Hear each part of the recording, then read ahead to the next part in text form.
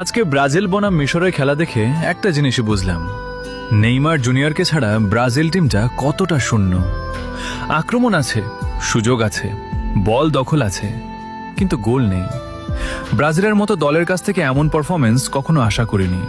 হয়তো ম্যাচটা জিতেছে, কিন্তু এত সুযোগ নষ্ট করেছে যে দেখে কষ্ট লাগে।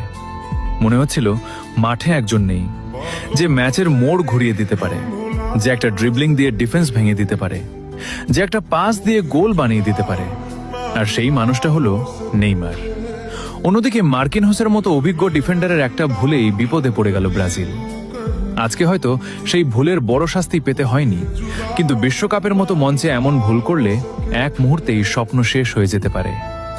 আমি ব্রাজিলকে ভালোবাসি, তাই সমালোচনাও করি, কারণ এই দলটার কাছে আমাদের প্রত্যাশা অনেক বড়। আশা করি বিশ্বকাপের আগে ব্রাজিল নিজেদের ভুলগুলো শুধরে নেবে, না হলে